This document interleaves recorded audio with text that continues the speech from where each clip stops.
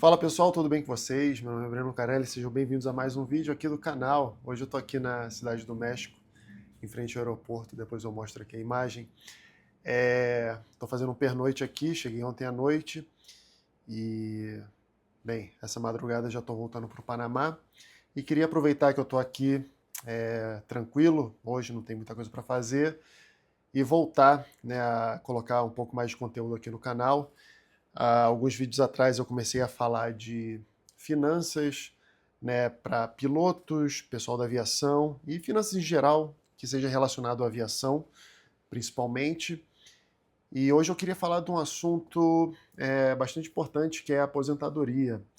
Muita gente que me acompanha aqui no canal, né, que começou a me acompanhar no canal, me acompanha mais por conta dos vídeos aí de instrução, inglês de aviação, ou como fazer o curso nos Estados Unidos.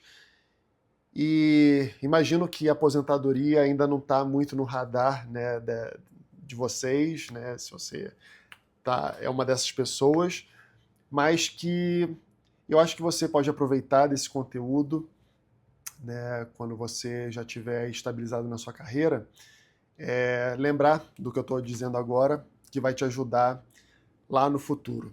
E para você que já está com a sua carreira aí estabelecida, esse assunto é super importante, tá? E muita gente negligencia isso por muito tempo, né? A gente, quando é novo, a gente tem várias preocupações, várias coisas na cabeça e a aposentadoria ela tá tão distante, né? Que não é uma coisa que a gente coloca nenhum esforço de pensar. É uma coisa para os nossos avós, nem os nossos pais estão perto ainda, muitas vezes. Então, não é uma coisa que a gente fica pensando, mas quando a gente, né, vai chegando a uma certa idade, você começa a pensar, né, caraca, agora, né, a água tá chegando aí e a idade está chegando e daqui a pouco vai ser minha vez e já não tenho mais tantos anos assim para me preparar para a minha aposentadoria. E muitas vezes as pessoas deixam até os 45 do segundo tempo, infelizmente, e já fica bastante complicado. Mas é uma coisa que, cara, a gente tem que, acho que do dia que você ingressa numa empresa para trabalhar já a sério, né, uma vida um pouquinho mais estabelecida, é você pensar nisso. A gente que está na aviação, cara, o investimento é tão alto, isso demora muito tempo, né, para conseguir o emprego que a gente realmente tenha ali condição de manter uma família. São muitas horas de voo que a gente tem que investir, e nesse começo, o melhor investimento que você tem que fazer é na tua carreira mesmo, tirar aí tua licença de PP, PC, PLA, Multi, tudo isso, ICAO e blá blá blá. E só que aí depois que você está estabelecido já numa empresa que te pague um salário bacana, aí é importante a gente começar a investir um pouquinho ali todo mês para pensar né, para esse dia que vai ser o dia da gente fazer o nosso último voo, da gente se aposentar. Ah, as idades variam bastante. Recentemente teve um comandante aí da Gol, não lembro o nome dele, mas esse comandante se aposentou com 79 anos, né? Foram, não sei nem imaginar quantos anos aí de carreira, mas ele ingressou pela Força Aérea, foi piloto de caça e trabalhou em algumas empresas e se aposentou como comandante da Gol. É uma carreira realmente muito bonita, mas eu não, assim, não conheço nenhuma outra pessoa que tenha se aposentado tão longe como piloto. Piloto internacional, por exemplo, você tem a idade limite de 65 anos, né? Então, sei lá, eu acho prudente a gente que está nessa área pensar em uma idade próxima aos 65 anos para parar de voar. E se você quiser continuar na aviação, aí continua, né? Não tem nenhum, né? Não tem nenhum inconveniente desde que você tenha a disposição e saúde para continuar. É uma atividade bem legal. Mas é um assunto que, poxa, principalmente quem não gosta muito do que faz, né?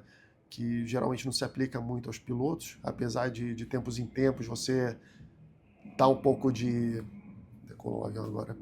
Um pouco de saco cheio aí né, da rotina e tal, mas no geral a gente gosta, e inclusive quando a gente entra de férias, né, passa um tempo sem voar, você sente falta, né, de voar. Pelo menos eu sinto, e sei que muita gente que trabalha com isso também se sente mais ou menos como eu. E, cara, a aposentadoria é um assunto bastante complicado, né? Porque a gente. Cara, imagina que você trabalha no Brasil, numa empresa privada e tal, né? E você contribui ali pro INSS. A empresa que você trabalha contribui pro INSS, que é um instituto ali que deveria, né? Deveria não, ela cuida, né, da nossa aposentadoria, só que ela tem um tanto de gente contribuindo e tem um tanto de beneficiário que ela tem que pagar. E hoje o teto aí não chega a R$ 8.000, né, mensais de benefício. Então, se você, né, contribui tudo no máximo, durante o maior tempo possível, você vai se aposentar aí ganhando menos de R$ 8.000. Estou falando aqui em novembro de 2024. E se a gente olha para, né, para evolução demográfica, né, o quanto de gente que está envelhecendo e o tanto de gente que está nascendo e que futuramente vai ingressar no mercado de trabalho, você vê que tem menos gente, né, para contribuir e mais gente necessitando do benefício. A conta não é feita só com a contribuição direta, né, que as pessoas que estão entrando no mercado de trabalho vão aportar. Tem outros tributos, aí, outras formas, outras fontes de renda que o INSS usa, mas, assim, não é difícil de enxergar que no futuro talvez os nossos benefícios sejam inferiores dos que são hoje, tá? Então, uma pessoa que, né, coloca todas as fichas ali, que vou me aposentar quando chegar a idade né, de se aposentar pelo INSS, é um pouco arriscado. É um pouco arriscado e, bem, falando que hoje você não recebe nem 8.000, se comparar com o salário de um piloto, esse é um valor inferior do que a maioria dos pilotos ganham. Então você também teria uma redução aí na sua, na sua renda, né? O que não é uma coisa muito legal. Muita gente, né, as grandes empresas principalmente, elas oferecem aí alguns programas de previdência privada, inclusive elas contribuem com uma parte e tal, e isso daí deveria aliviar um pouco, mas eu iria um pouco além, né, e pensar em outros investimentos, outras fontes de renda que eu quero ter para o dia que eu quiser me aposentar. Então, fazer outros investimentos que não seja o INSS e que nem seja a previdência privada ali que a empresa oferece, que é uma coisa boa, uma coisa positiva, eu vejo assim. Apesar dos pesares, né, a previdência privada tem algumas considerações que a gente tem que fazer, não vou fazer nesse vídeo, mas não é o melhor dos investimentos. Mas se a empresa está te oferecendo, e principalmente se ela coloca algum dinheiro ali, eu diria que, em geral, é uma boa decisão você tomar, você também aportar nessa previdência. Mas, bem, voltando ao assunto, né, que a gente tem que pensar na aposentadoria desde cedo, também é importante porque o quanto mais tempo a gente está ali contribuindo, né, a gente está aportando o nosso dinheiro, independente do investimento que a gente tenha escolhido, o tempo ele funciona muito favoravelmente ao patrimônio que você vai construir, né? O tal dos juros compostos. E o tempo ele é importantíssimo aí, ele é o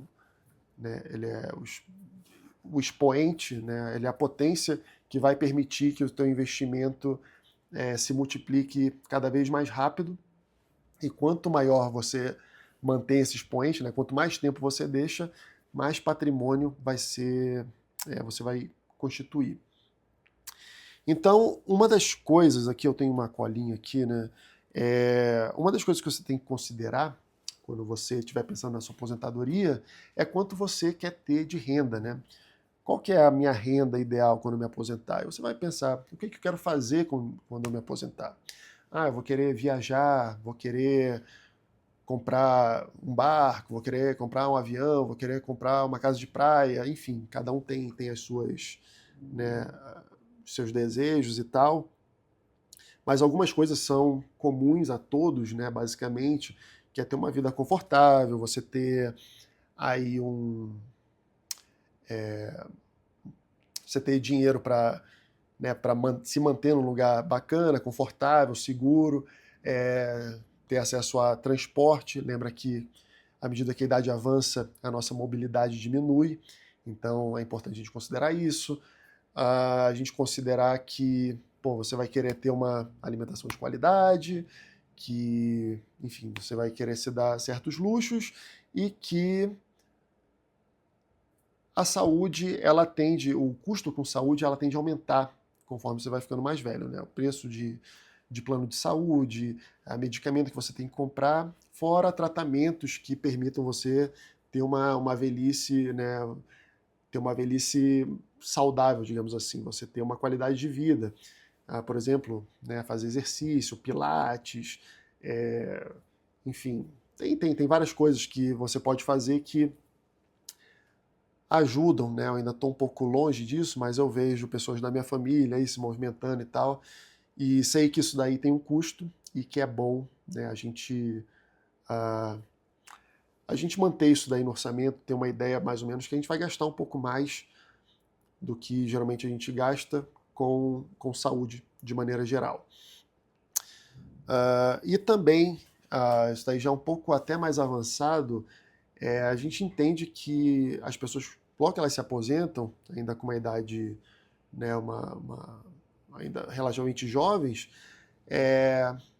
tem uma vida social ativa, tem energia, tem saúde para, por exemplo, viajar, para se manter bastante ativo, e isso daí também requer um pouco mais de dinheiro, e à medida que, né, você vai chegando lá para os 80, 90 e tal, você tende a ter mais problema de locomoção, tende a ficar mais em casa, mas também você tem custos, né, de saúde que vão aumentando, né? O custo com saúde ele realmente vai ser cada vez maior. Então, coisas que você tem que considerar para entender mais ou menos qual a renda que você pretende ter. Porque é a partir dessa renda que você vai ter que pensar em quanto patrimônio você precisa construir para poder ter acesso àquela renda, entendeu? Peraí. Fiz um café aqui. Caraca. Já tá até esfriando.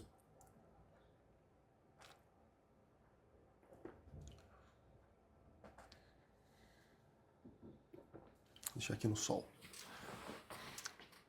Bem, você precisa ter uma ideia, né, de quanto você vai precisar mensalmente ou anualmente para você entender, né, ter uma ideia de quanto patrimônio você vai precisar.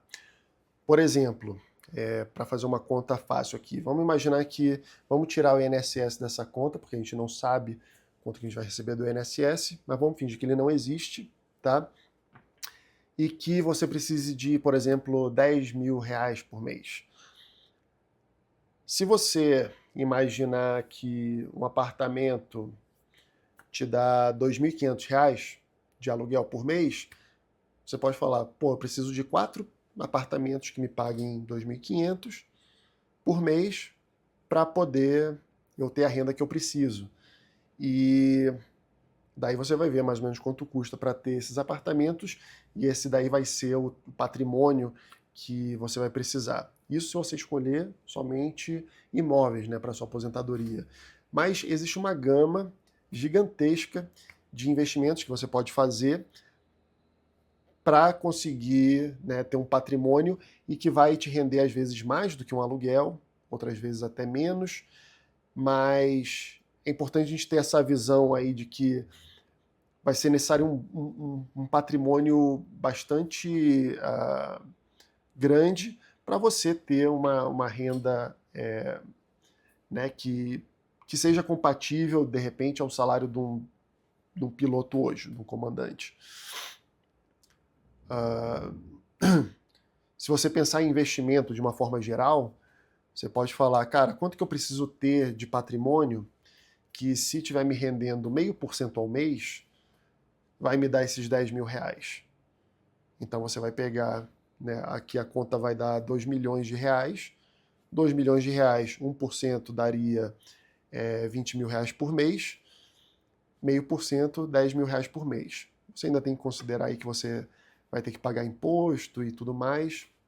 Mas assim, para facilitar a conta, é basicamente isso. 2 milhões para te dar 10 mil.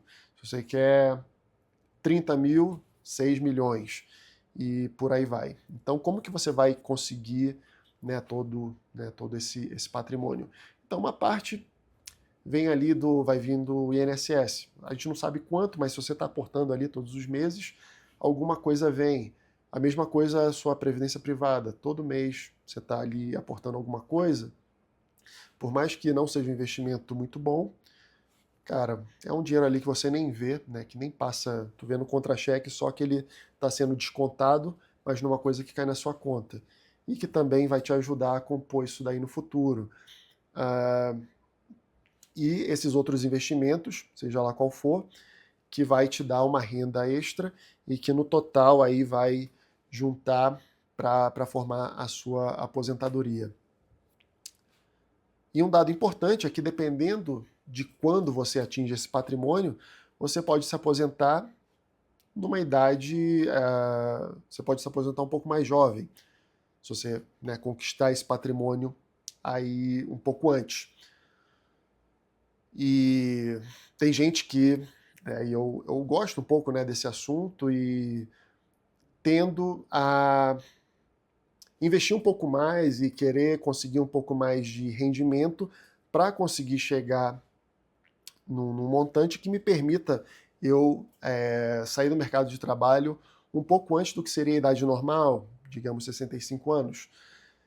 E não quer dizer que eu vá sair, mas isso daí me garante que eu posso, caso eu queira, né, sair dessa... O pessoal chama de corrida de rato, eu chamo de vida, porque você, né, trabalhar e tal, você conseguir seu dinheiro, isso daí não é uma corrida de rato, isso daí é vida da grande maioria das pessoas. E se você tem a chance de conseguir um patrimônio que te permita, né, realmente se aposentar um pouco antes, bom para você, né? Mas não é também você sacrificar a sua vida. Eu não sacrifico tanto a minha, sacrifico de certa forma, mas não sacrifico tanto, não deixo de fazer tantas coisas para poder construir um patrimônio que me permita, talvez um dia, me aposentar mais cedo. Até porque quem é piloto geralmente gosta de voar, né? Eu já falei aqui. Eu não sou exceção, então, o quanto eu puder voar, o quanto eu estiver feliz voando, eu pretendo, né, fazer isso. E... Mas você pode se aposentar, de repente, né, você começa muito cedo, você é aqueles prodígios e tal, às vezes não tem família. Tem muito a ver com isso, né, situação familiar, né, como que você está hoje, né, o que você herdou, o que você não herdou, o quanto você tem de dívida, o quanto você não tem de dívida, que é um outro assunto importante, né, para a gente tratar. Mas você pode chegar, de repente, com 35, 40, 50 anos e já falar, não, hoje eu já tenho tudo que eu preciso, não preciso mais continuar voando, essa rotina não me serve mais e vou me dedicar a outra coisa, né? É perfeitamente possível. E quais são os investimentos, né, que a gente pode fazer? Eu falei tanto que você pode fazer um monte de tipos de investimento, e realmente são vários, são vários. Eu falei de imóveis, é um investimento clássico, investimento bastante seguro, digamos assim.